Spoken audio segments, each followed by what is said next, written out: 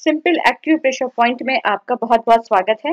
अगर आपने हमारे चैनल को अभी तक सब्सक्राइब नहीं किया है तो प्लीज सब्सक्राइब करें ताकि आपको नई नई वीडियो पहुंचती रहे। तो आज के इस वीडियो में मैं आपके लिए दो सिंपल से पॉइंट लेकर आई हूं और वीडियो का टॉपिक हमारा है जमाई का बार बार आना।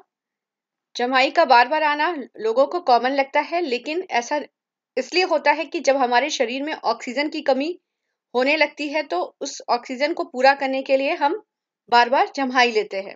कभी कभी बहुत ज्यादा होने लगता है जिसकी वजह से हमें प्रॉब्लम होने लगती है। तो हमें अपने शरीर के में ऑक्सीजन की कमी को पूरा करने के लिए किस पॉइंट का सहारा लेना है ताकि ये कम हो, रुक जाए। सबसे पहले हम ये फर्स्ट फिंगर ले रहे हैं, ये थंब के साइड है। इस चीज का आप ध्यान दें, ये लाइन आएगी थंब के साइड और यहाँ पे हमने एक लाइन ले लिए। ये फर्स्ट पॉइंट है। आप देख रहे हैं कि जो हमारी फिंगर है यहाँ पे आप देखते हैं ये फर्स्ट फोल्ड होता है।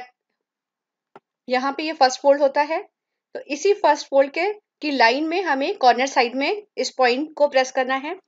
और दूसरा पॉइंट हमारा आता है इधर, ये हमारा इस साइड की ओर होगा।